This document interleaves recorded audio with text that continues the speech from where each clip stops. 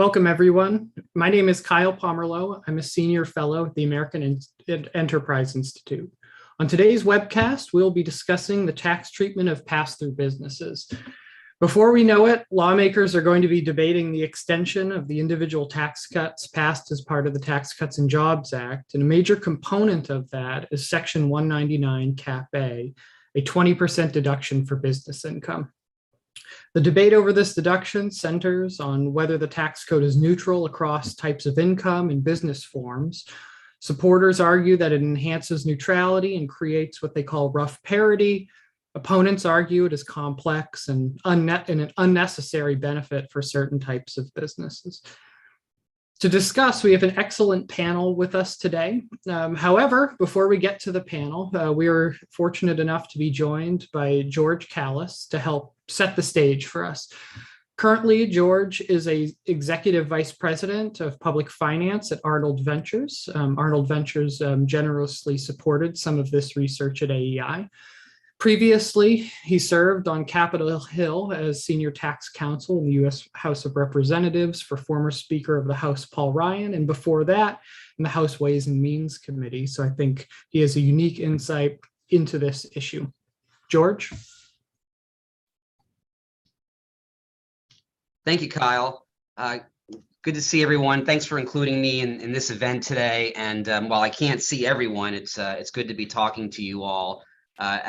As Kyle mentioned, so I'll keep my remarks brief because I know I'm the undercard here and everyone wants to get to the main event, which is our star-studded panel. I'm as eager as everyone else to hear them discuss the policy implications of the taxation of pass-throughs and in particular this tax rate parity issue between pass-throughs and C corporations. As Kyle alluded to, I have two connections to this event. One is my role at Arnold Ventures, and we've been involved in on the funding side for Kyle's work at AEI here on this issue, and I'm very enthused about this work moving this discussion forward. But the other connection I have is that I was involved in the creation of Section 199 Cap A. I was on Capitol Hill at the time, and in fact, I was there for many years before that during some very major debates over this issue of tax rate parity between the pass-throughs and the C corporations. I'm not going to get into the details of the policy merits or demerits on these various issues. I'm going to let the panel handle that.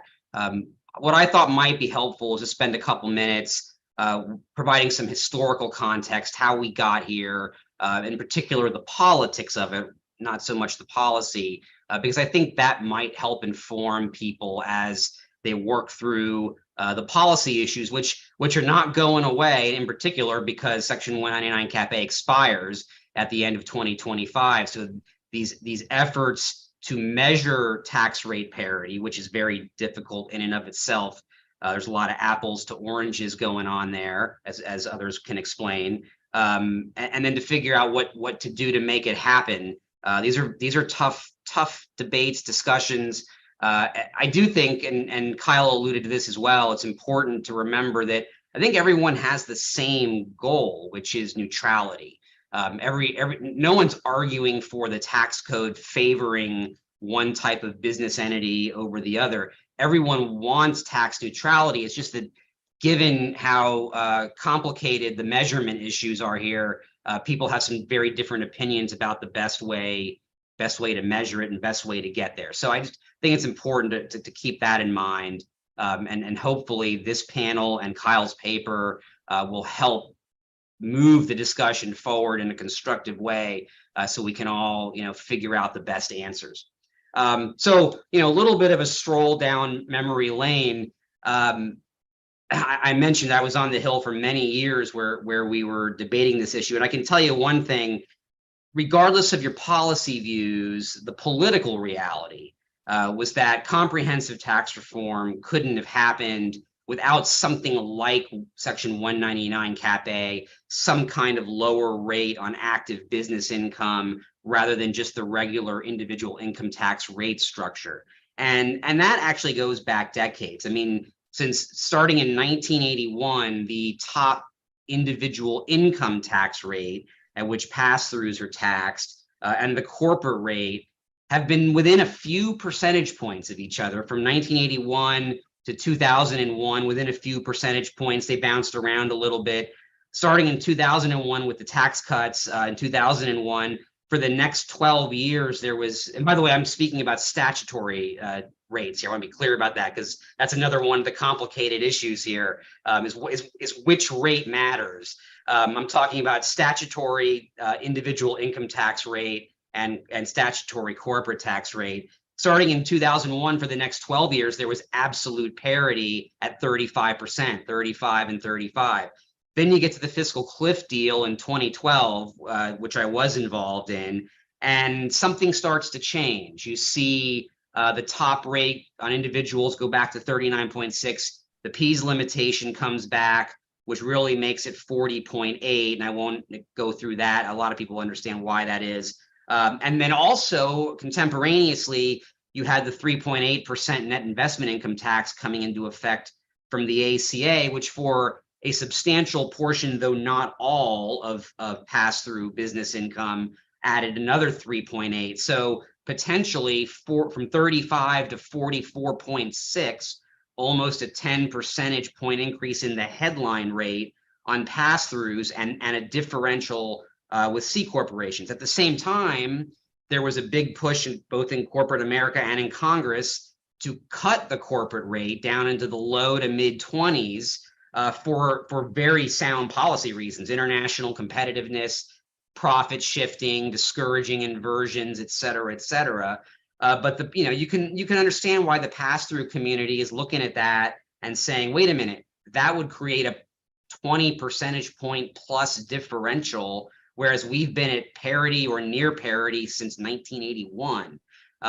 One can understand why car dealerships and beer wholesalers and community banks and hardware stores might have some heartburn about multinational corporations having a 20 percentage point differential compared to them. So that led to a situation where, and then the other issue was, as we discovered in 2014 with Dave Camp's tax reform bill, you cannot get, unlike 1986, you cannot get the top individual rate down to 28% in tax reform. It's just no longer possible. The numbers don't add up. And so that led to all kinds of efforts where Congress twisted itself in knots trying to figure out how to deal with this rate parity issue. In 2015, there was an aborted attempt to do international only tax reform with a patent box, but that wouldn't cut the headline 35% corporate rate. Then in 2016, the House GOP blueprint, A Better Way, for the first time decoupled the top individual rate with the top pass-through rate and had a lower rate on pass-throughs. And that's kind of where things ended up going with Section 199 Cap A and the Tax Cuts and Jobs Act in 2017, is that decoupling to try to deal with this parity issue. And I think I've already taken up enough time, so I'm going to pass it on to Alex Brill from AEI. Thank you, everyone. Thanks, George. It's critically important to remember that these laws don't come out of nowhere. They come out of a process. People can like or dislike the process, but it comes out of a long process, and you had a front row seat through so many of those deliberations. I think that's really helpful scene setting for us and for the panel, which we're going to turn to next. I'm Alex Brill. I'm a senior fellow here at AEI, and I'm just the moderator today, but I'm happy to welcome my panelists to this session to talk about their work around the treatment of pass-throughs, tax treatment of pass-throughs, and Section 199 Cap A in particular. We're joined by Katie Lim, who's an economist at the Federal Reserve Bank in Minneapolis and was formerly an economist at the Treasury Department. We're joined also by Bob Carroll at Ernst & Young. Now we just call E&Y. Also formerly at the Office of Tax Analysis at Treasury.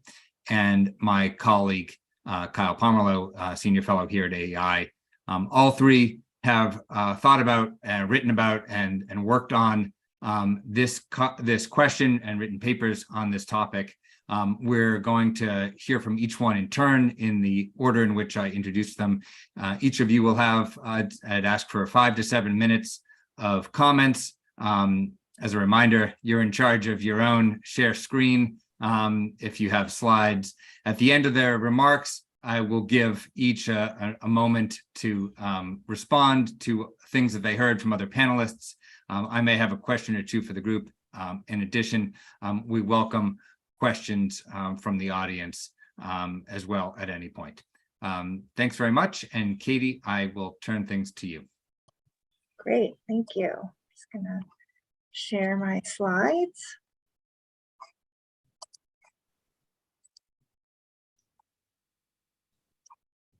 All right, thank you so much for having me. I'm Katie Lim. I'm an economist with the Federal Reserve Bank of Minneapolis.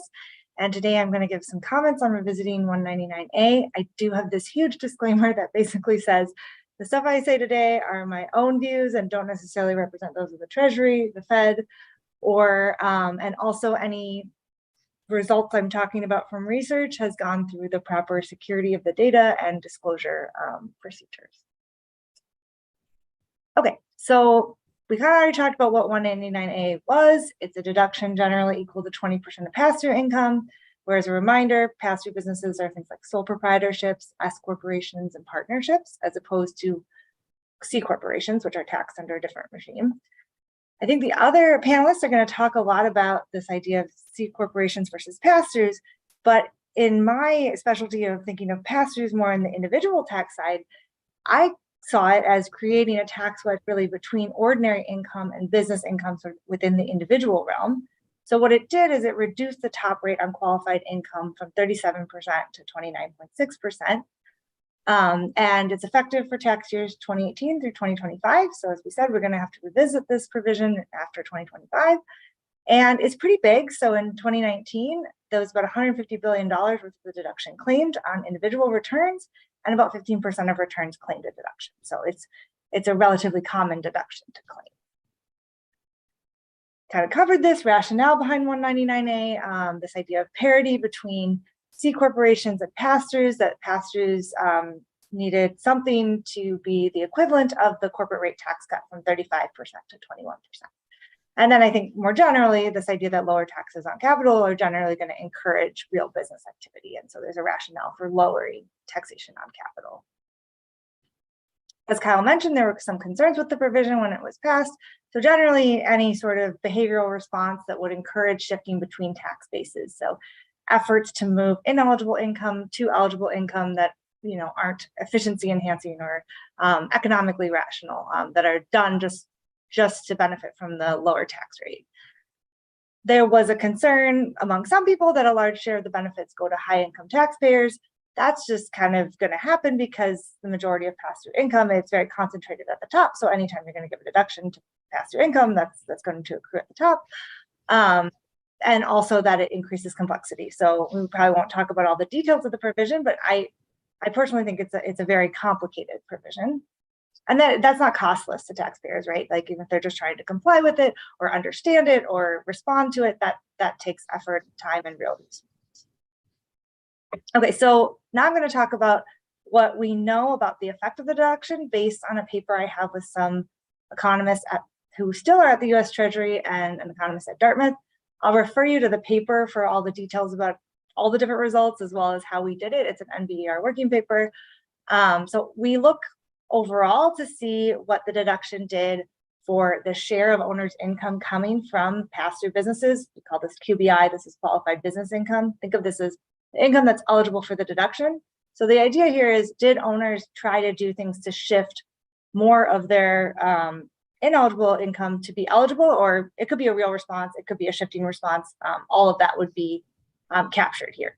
So we find little change in this share, and we can rule out an increase in this share of 0.7 percentage points in both 2018 and 2019, relative to a baseline mean of 41% in our sample.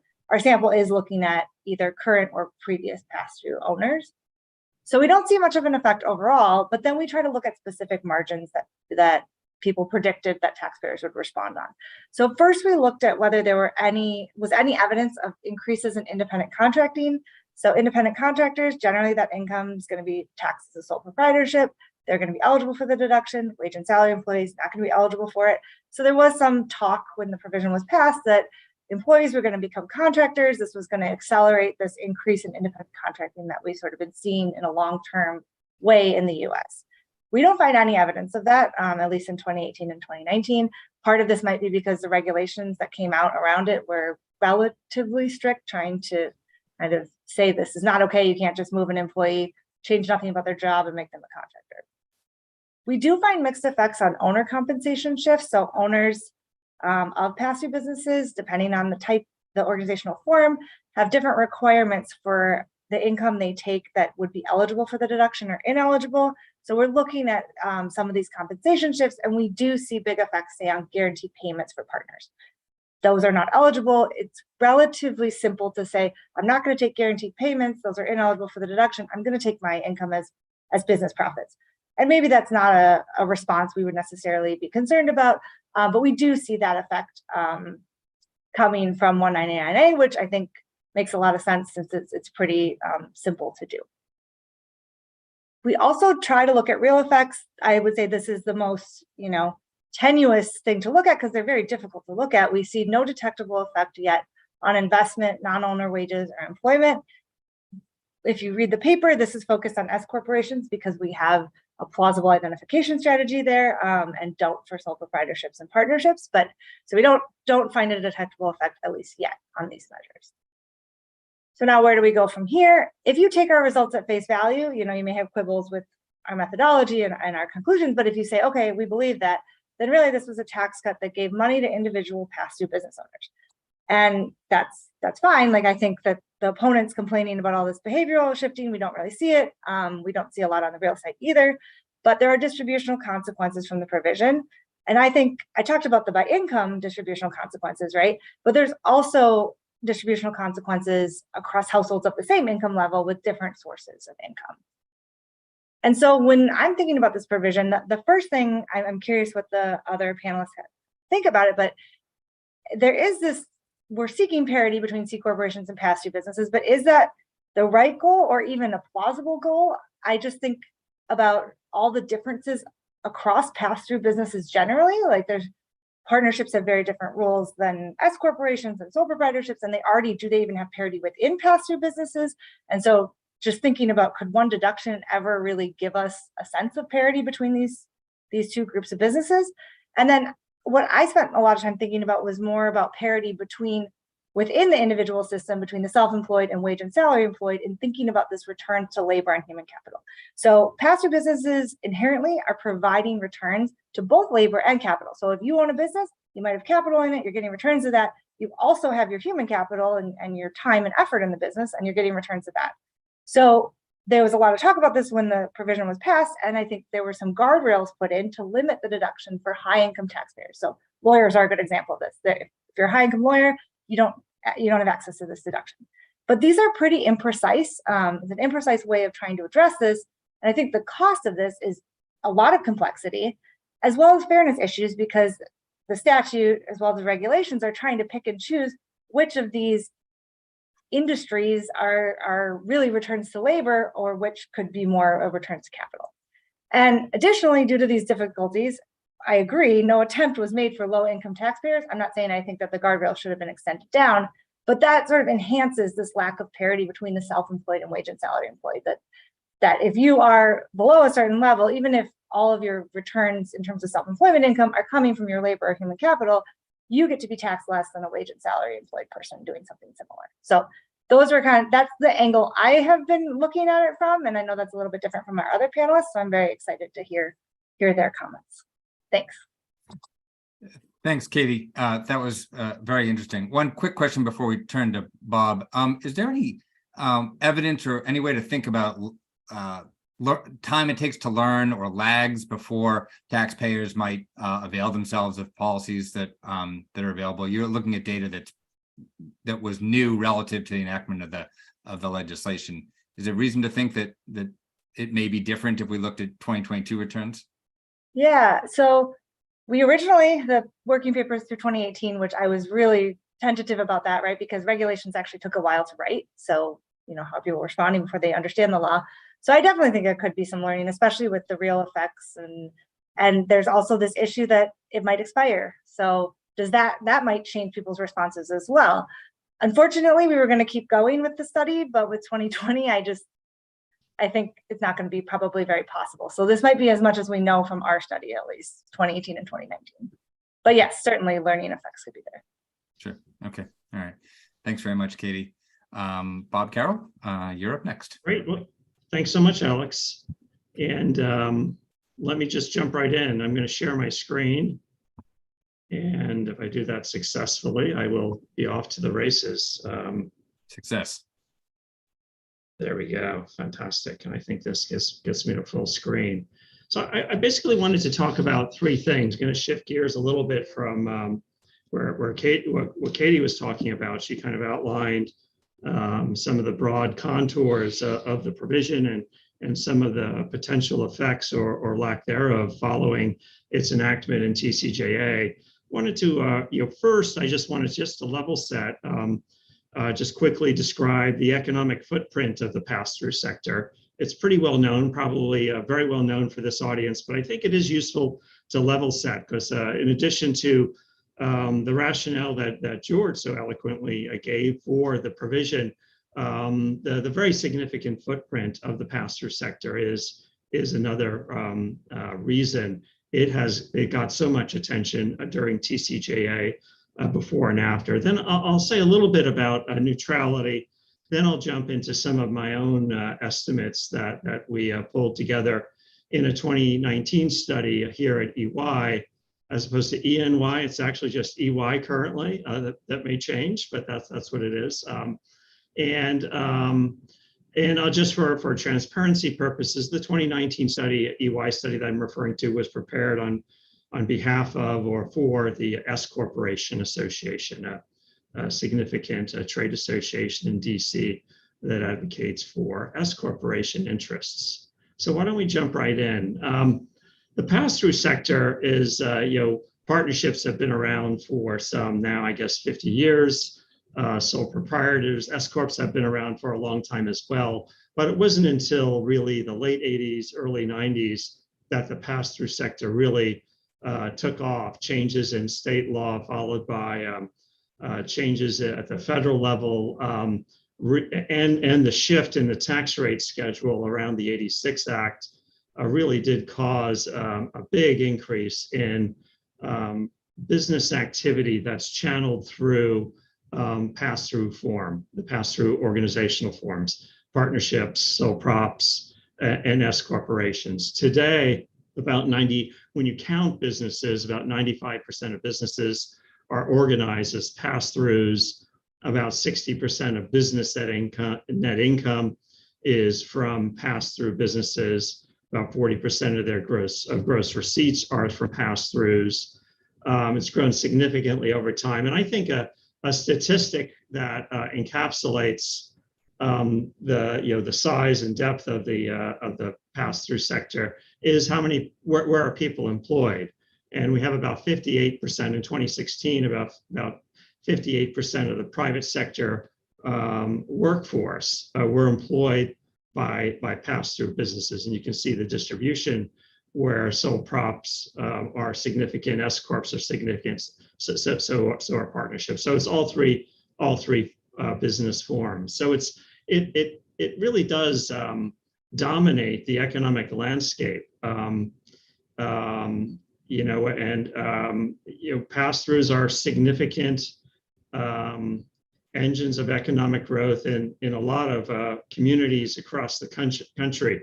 Just an interesting footnote: when you look at pass-throughs, when you look at private companies, there seems to be a predominance of those companies more so outside of urban areas, whereas in urban areas, in metropolitan areas, there is more of a preponderance of public company sector employment. So that is another facet of this. In more local communities outside of urban areas, the pass-through businesses or tend to be more significant in terms of being employers in those communities.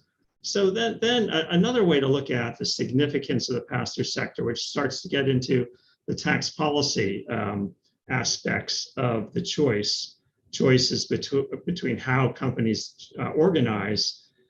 We did some calculations in the 2019 study of how much in the way of taxes, individual income taxes or corporate income taxes are paid on corporate earnings versus pass-through income. And so we found is a small majority. I think this works out to 51% of this roughly $650 billion paid on taxes paid on business income, pass-through or corporate in 2016. A little more than half was paid on the pass-through income. Of course, this is paid at the owner level, the owners of the S corporations, partnerships, and sole proprietorships. A lot of it's in the S corps and partnerships. A big chunk of it is actually on capital gains. On the corporate side, for C corporations, it's of course is paid at the entity level by the C corporations themselves, and then also paid at the shareholder level on corporate earnings that are distributed as dividends or corporate earnings that are retained and eventually taxed as capital gains. So this is kind of important. The double tax on corporate profits is very important to consider when thinking about parity or the neutrality between the corporate sector and the pass-through sector. So even if you have over a period of time, a corporate rate that's at 35% and a top individual rate that's at 35%, you still have the double tax to take into account, which can drive the tax on corporate earnings above the tax on pass-through income. So that's an important point to consider in these analyses. And when you look at the effective tax rates or the tax rate calculations I'll show in a few minutes, or the ones that Kyle is going to show a little bit later, it is trying to take into account holistically the taxes paid at all levels by pass-through businesses and at the corporate level, in that case, the double tax. Just a little bit about, a little bit about neutrality. Of course, I think most economists are enamored with neutrality. It's something that we grow up with when we're taking economics at virtually any level. The idea of treating, to the extent we can, all economic activity equally, and not to prefer one type of activity over another. To do so would cause individuals, businesses, and households to make decisions for tax reasons rather than just on economic reasons, which then distorts economic decisions and wastes economic resources. And then how you think about neutrality is kind of how you define it is an issue, which I'll get into. I think Kyle will get into it in maybe a little more detail. There are some qualifications or caveats, if you will. Of course, neutrality is not the only objective when setting tax policy. Progressivity is also an objective. Most people might have differences in how much progressivity we ought to have in our tax system, but there's a general, I think, view in this country that higher income people have a higher ability to pay and should pay more than lower income people. And that pursuit of progressivity in the tax code is sometimes at odds with economic efficiency or more neutral treatment. Katie kind of alluded to this. Then the other thing, just for completeness to mention, sometimes it may be appropriate in the tax system to address a variety of externalities, which could be both positive or negative, maybe promoting activities that have broader societal benefits, think renewables, or curtail certain activities, think carbon. And so, of course, there are those two important qualifications to the broad principle of neutrality. I'm going to just delve into my the effective tax rates that we developed in 2019 quickly, and probably coming up on time in a few minutes, but a few minutes to go. What we did is we looked at the effective tax rates, really focused on statutory tax rates, taking into account the major moving pieces of the income tax system at the federal level, some of the interactions of the federal system with the state system before the TCJA, which I won't focus on, but then currently, and think between from 2018 through 2025 and in 2026. And we compared pass-through businesses generally to the average C corporation. And then we did a couple of other calculations. I think in this case, thinking about parity, it's kind of important to, the way I think of it, or the way I say it, is to kind of meet businesses where they are, and think about a business who has a choice between organizing as a pass-through or as a C corporation. Most pass-throughs are in effect fully taxable. Their income is paid out and subject to tax, whereas C corporations may have a lot of their ownership. The shareholders may well be tax exempts. Think IRAs, pension funds, university endowments, or lightly taxed. Think sovereign wealth funds, foreign shareholders. So we thought it would be useful to do the calculations for fully taxable shareholders and compare that to both the pass-through businesses, and then also to compare it to a large pass-through businesses or large S corporations, large partnerships, which for the purposes of these calculations are assumed to face the top individual tax rate of 37% in the period of 2018 through 2025, and 39.6% beginning in 2026, when the TCJA individual provisions sunset. And so what we find in our analysis is, generally speaking, what is a large difference in effective tax rates? It's kind of in the eye of the beholder. But we have the average C corporation has an effective tax rate of 29%, as compared to 27% overall for all pass-throughs. Then when we focus on large pass-throughs and just kind of fully taxable C corporations where the shareholders are fully taxable, we again have a kind of what I would call a relatively small difference. The large pass-throughs are slightly disadvantaged. But then when we get to 2026 law, the comparison suggests that we're not that far from parity. We have the pass-through businesses look like they might be slightly disadvantaged, generally relative to the average C corp. That's more of a bigger difference than when you're looking at just fully taxable shareholders. They're a little bit closer. But then when you look at the large pass-through businesses, and here it's important to make the observation that we're modeling 2026 law. So we are not isolating just the effects of 199 Cap A, but we are also reflecting the higher rate. I think it's important in the context of thinking about and talking about the debate that Congress undoubtedly will have with the future administration in 2025 and 2026, of what to do about the sunsetting provisions and the instability in the tax code.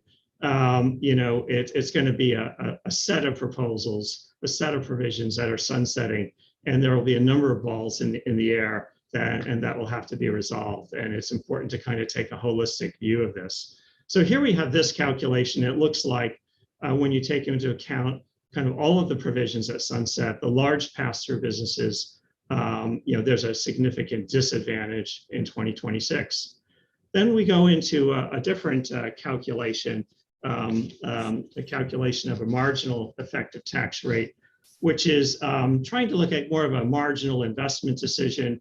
This is kind of a very useful construct that people in policy shops use around town in DC. CBO, Joint Committee, Treasury. Others use the meter calculation.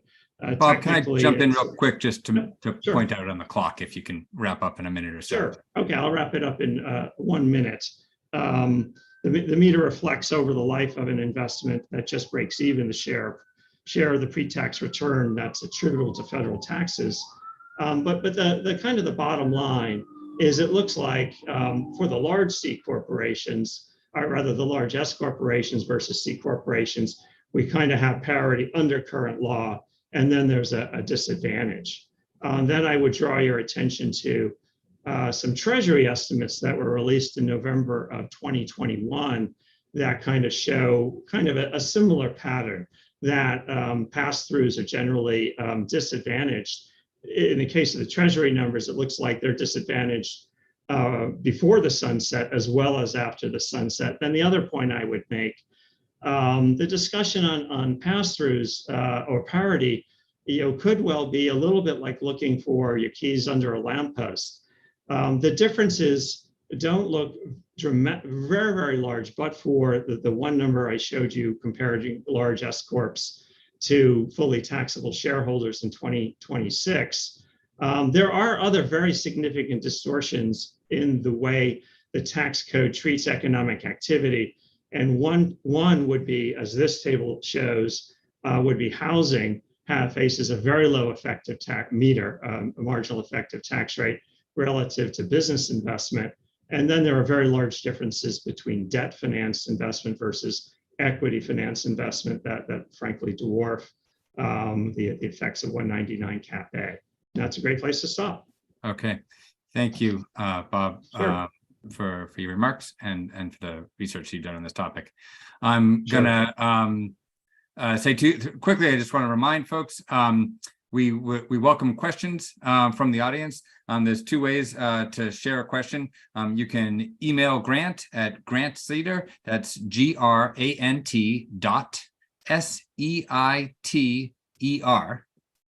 at aei.org. And he will get us any questions that are posed by the audience. The other way is via social media on Twitter. If you hashtag a question to us and the hashtag is AskAEIEcon, that we will also catch that. So either one of those things are two ways to reach us. We'd welcome questions from the audience after Kyle's remarks. Kyle, please take it away.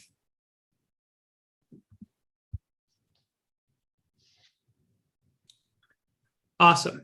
All right, so in my presentation, I'm gonna answer 3 questions, or at least attempt to do that. So first, why should we care about parity? I think we've already heard a lot about this. 2, do we have parity or rough parity? And 3, just what should lawmakers do in 2025, or how should we think about this issue of parity, or at least how I think about it. So why should we care about parity? I think parity is related to concepts of neutrality and horizontal equity, and this is what Bob talked about here. Two taxpayers in similar economic situations should be taxed roughly similarly. And in general, with the exception that Bob laid out, the tax code should not influence one activity over the other. And in addition to being somewhat unfair, violations of horizontal equity or neutrality, in the context of business taxation, it can also distort economic decision making. It can influence the legal form of organization that businesses take.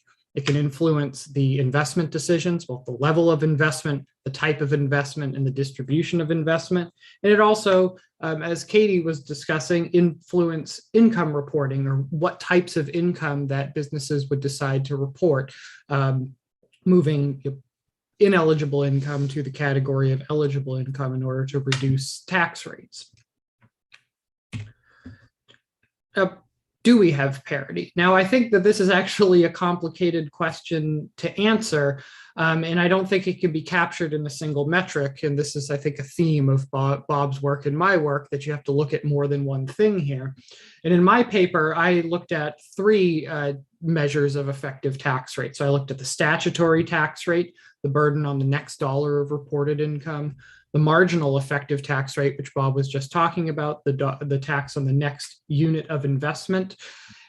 And then I also looked at a measure of the average effective tax rate. So this is kind of like the marginal effective tax rate, but you're looking at an investment that earns more than enough to break even. So it's an investment that earns economic rents. And I think that these three tax burdens are useful and that they kind of match up with the three ways that business taxation can distort behavior. And like with Bob's measures, my tax rates, they're comprehensive. They consider federal and state taxes, taxes on both the returns and deductions and credits for new investments. And it considers issues like the timing of taxation and how that impacts effective tax rates. It also considers the taxability of shareholders and lenders. So businesses can get financing from both through equity, but also through debt by borrowing money from taxpayers, and their taxation influences effective tax rates as well.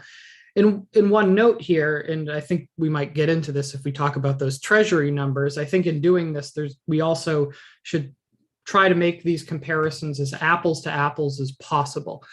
So pass-through businesses and corporations, they differ in all sorts of ways that impact what their effective tax rates are. I mean, a manufacturer is going to face a different effective tax rate than a company that's in the real estate industry. And you want to get rid of those differences and just look at how the tax system impacts effective tax rates. So that's how I set this experiment up, where I'm kind of looking at a business that represents an average business in the United States. So we're not capturing differences in what corporations and pass-throughs look like. So what do my estimates look like? So under current policy, I find that in general, pass-through business income and investment on average faces a lower tax burden than other forms of income and investment. We see that with the top statutory tax rate, pass-through business income is slightly lower than both C corporation profits and wages. In terms of marginal effective tax rate, pass-through business investment faces a lower effective tax rate, and in terms of the average effective tax rate. And to note, in terms of the effective tax rates, it doesn't matter whether the business qualifies for 199A or not. The effective tax rate is lower than it is for C corporations that look identically.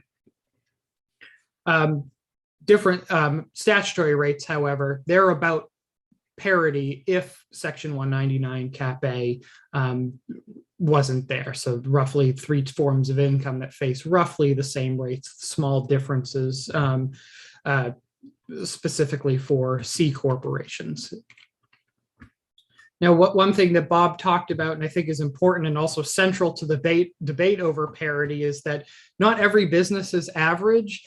And although my estimate suggests that on average, the tax code tilts towards pass-through businesses, it's not always the case.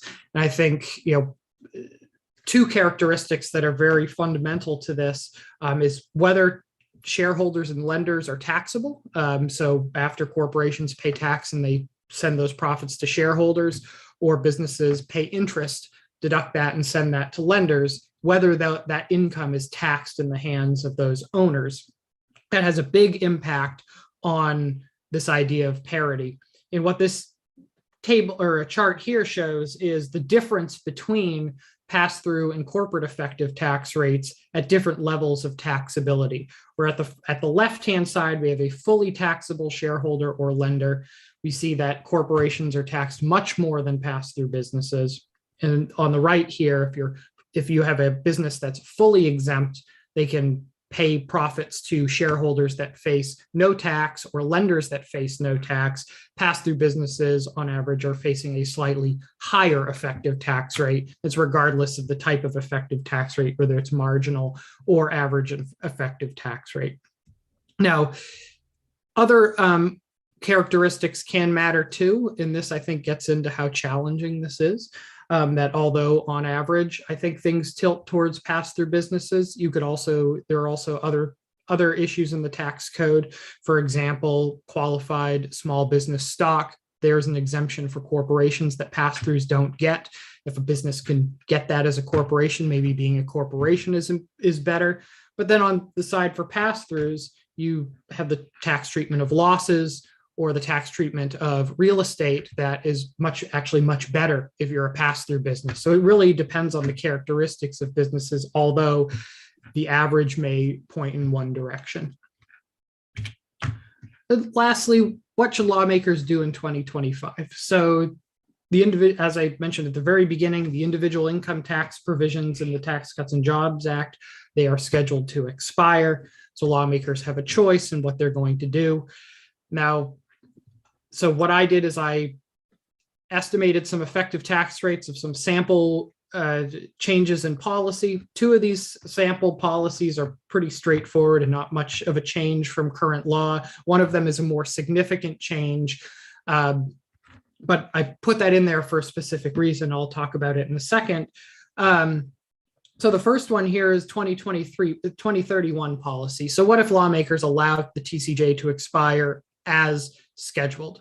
My estimates, in contrast to Bob's, is you get closer to parity if this happens. So one of the big drivers here is the section 199 cap A expiring. You get effective tax rates that are pretty close between corporations and pass-through businesses. And just a note on interpreting this, the higher the line is, the more of an advantage that pass-through businesses have over C corporations. And then you can get a small, before I move to that, 2031 policy, while it does enhance neutrality across the effective tax rates, I put forth that might actually be a mistake, in that there are good things in the Tax Cuts and Jobs Act that we don't want to expire, like expensing, for example. And while though that may drive some of the results here and bring us closer to parity between forms, that I don't think is necessarily a good thing, because I think the benefits of those policies, I think those policies would be beneficial to keep.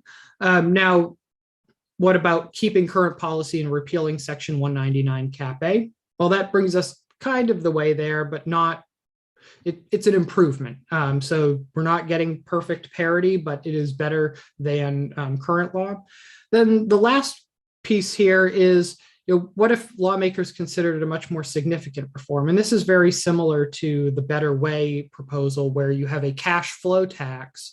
But in this case, you would apply it to all businesses regardless of form. So all businesses would be taxed on their cash flow. Now, the nice thing about this, well, there are two nice things about this. One is that you're getting parity because all businesses are being taxed the same. So you're kind of enforcing parity in a way. And then second, because you're taxing businesses on cash flow, you're also reducing effective tax rates substantially. So it's not the case that, as the 2031 policy suggests, that you have to raise tax burdens on businesses in order to get to parity. You can get closer to parity while also lowering effective tax rates with a more fundamental reform. Then just some concluding remarks here. So I think neutrality, it's an important goal, but I don't think Section 199 helps accomplish this. I'm on the side thinking that 199 cap A hurts more than it helps.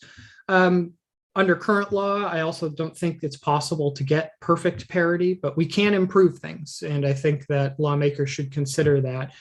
And then just broadly speaking, when thinking about taxation of businesses, I think we should think in terms of, whether policies move in the right direction or the wrong direction in general.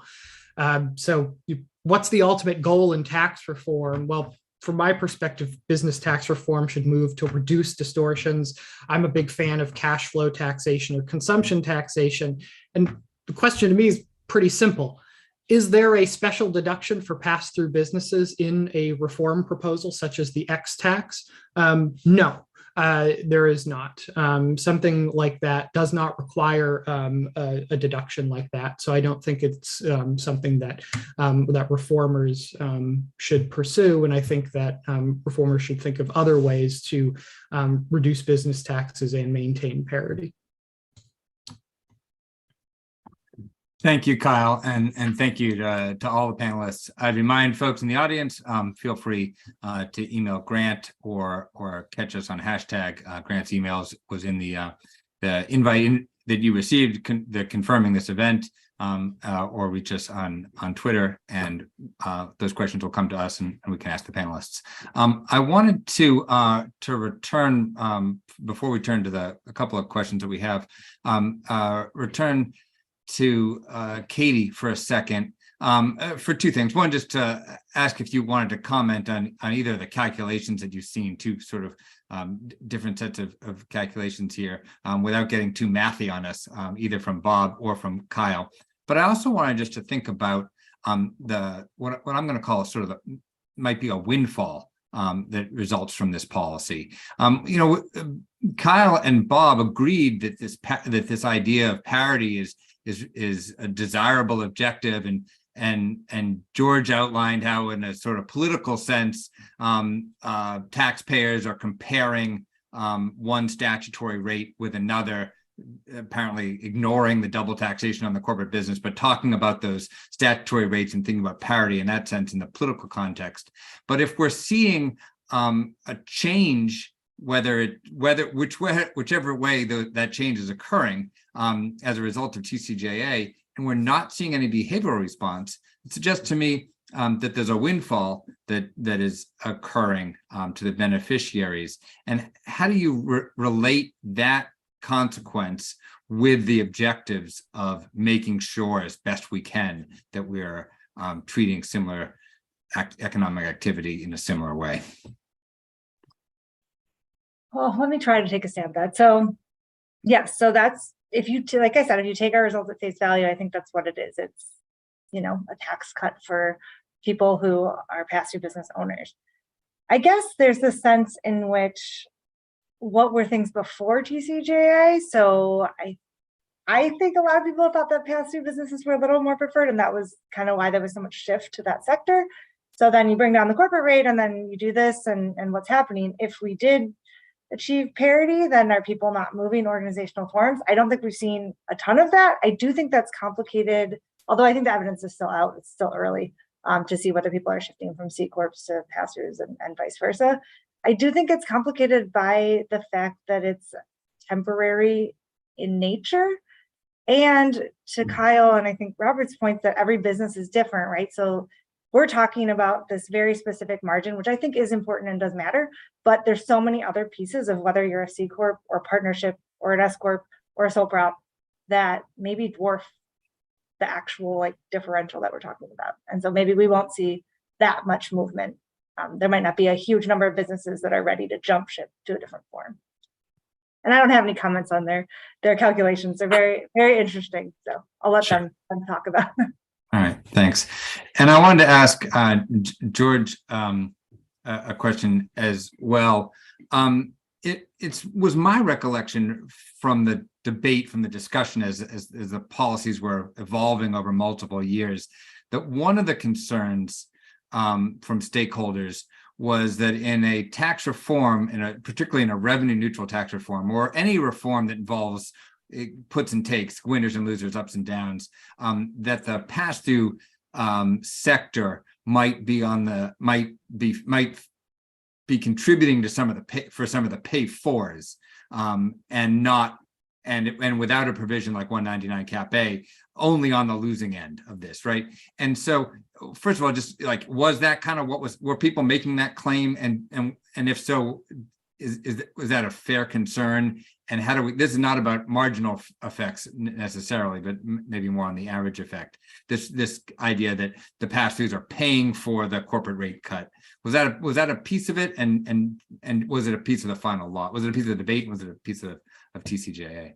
Yeah, absolutely. That's a really good point that, frankly, I had kind of forgotten about, which is yes. When you do base broadening, there aren't a lot of tax expenditures, tax breaks that are just strictly limited to C corps. They may be business, accelerated depreciation. The old, not to be confused with what we're talking about here, the old Section 199, the domestic manufacturing deduction, a lot of things like that apply. They don't discriminate based on choice of entity. They apply to both. And so I remember many years ago, I think it was in the super committee days, like 2011, back when I was at Ways and Means, and now Assistant Secretary of the Treasury, Lily Batchelder, was at Senate Finance, and we and other staffers were working together on tax reform options. And we asked JCT to do a table that broke out various revenue-based broadeners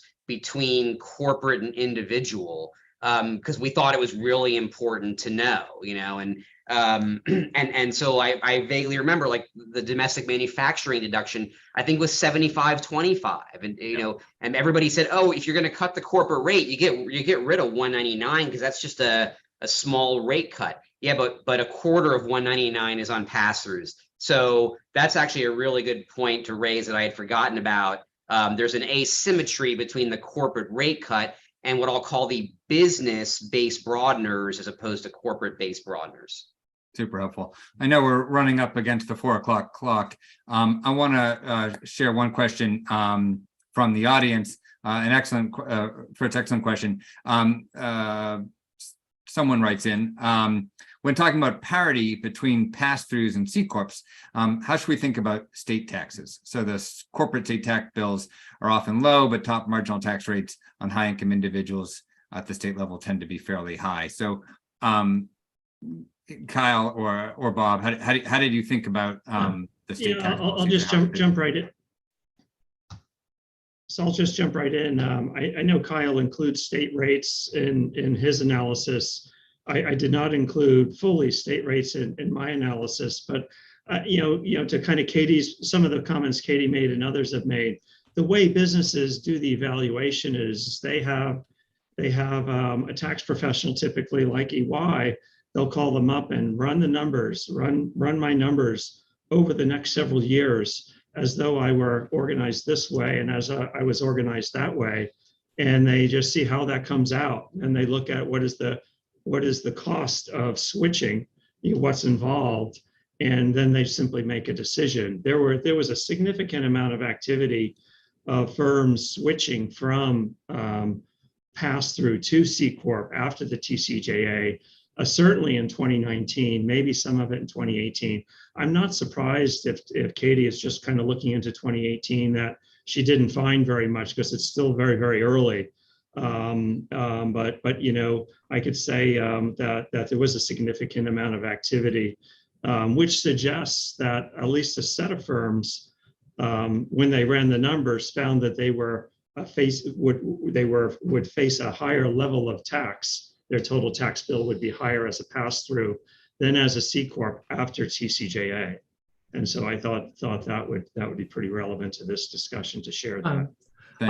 I'll say one thing on the state and local taxes, just in terms of the state and local tax deduction. I think there's a lot of attention on the SALT deduction, especially its impact on pass-through businesses, and that pass-through businesses don't get the state and local tax deduction, leaving aside these workarounds, while corporations at the entity level do. Now, I want to add one nuance here, is that it's not necessarily the case that corporations don't get the state and local, they get it. They are actually limited for the shareholder tax. So it's only, I think, partially true that they lose the ability that corporations maintain the ability to use the state and local tax deduction. So part of it is taken away from them. But yeah, I do agree that you should be thinking about state and local taxes when thinking about the trade-off between the two. That's great. We are at the 4 o'clock hour. We're going to end this this session on time today. I want to thank Kyle and Katie and Bob and George, and I want to thank everyone who's joined us this afternoon to watch. If you have additional questions, feel free to reach out to the panelists. They may or may not respond to you. But I want to thank everyone for their time today. Thank AEI for hosting, and hope everyone has a great day. Thank you. Thank you.